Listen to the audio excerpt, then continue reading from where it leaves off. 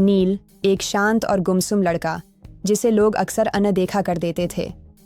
उसका सबसे बड़ा शौक था लोगों को चुपचाप देखना और उनकी मुस्कुराहटों के पीछे छिपे दर्द को पढ़ना। कॉलेज के पहले दिन उसने उसे देखा, अदिति, जो लाइब्रेरी में बैठी किताबों से ज़्यादा ख्वाबों में खोई रहती थी। अदिति की मुस्कान में कुछ अलग था। वो दिखती थी हंसती हुई, पर नील को उसमें अधूरापन दिखता था। शायद क्योंकि नील भी कुछ अधूरा था। धीरे धीरे दोनों में दोस्ती हुई। अदिति, जो सबके सामने एक मस्ती भरी लड़की थी, नील के सामने अपने दर्द खोलती थी।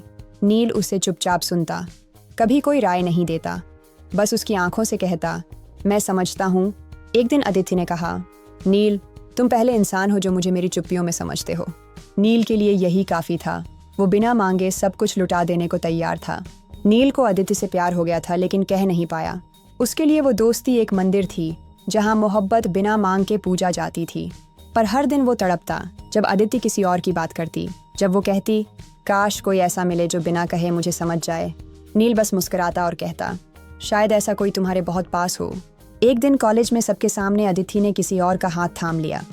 वो नील के पास आई और बोली, वो मुझे समझता है, मुझसे वादा किया है कि कभी मुझे अकेला नहीं छोड़ेगा।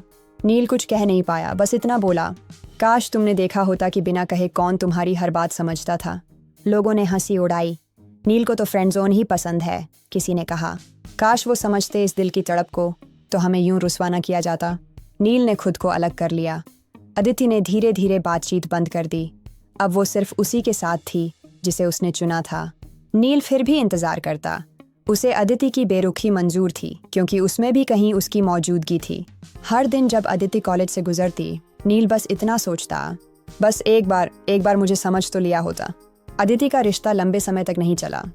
जिस पर उसने भरोसा किया था, उसने ही उसे छोड़ दिया। एक शाम जब बारिश हो रही थी, अदिति उसी लाइब्रेरी की सीढ़ियों पर बैठी थी जहाँ कभी वो और नील मिला करते थे। नील ने उसे देखा, भीगी, टूटी और खोई हुई। नील, उसकी आवाज़ कांप रही थी। नील चुपचाप उसके पास बैठा, छाता फैलाया और कहा, अब कहो, कौन समझा तुम्हें? अदिति की आंखें भर आईं। मैंने तुम्हें बहुत देर से समझा नील। अदिति ने माफ़ी मांगी। वो वापस जुड़ना चाहती थी, लेकिन नील अब वही नहीं था। उसने मुस्कुराते हुए कहा, मैंने तुम्हें उस वक्त चाहा जब तुम टूटी नहीं थी। अब मैं तुम्हारा सहारा नहीं बन सकता, क्योंकि अब मेरा दिल उस जगह नहीं रहा। अदिति ने कहा, क्या तुम्हारे दिल में अब भी कुछ बाकी है मेरे लिए? नील ने जवाब दिया, हाँ, लेकिन अब वो मोहब्बत नहीं, एक सीख है। नील अब एक लेखक बन गया।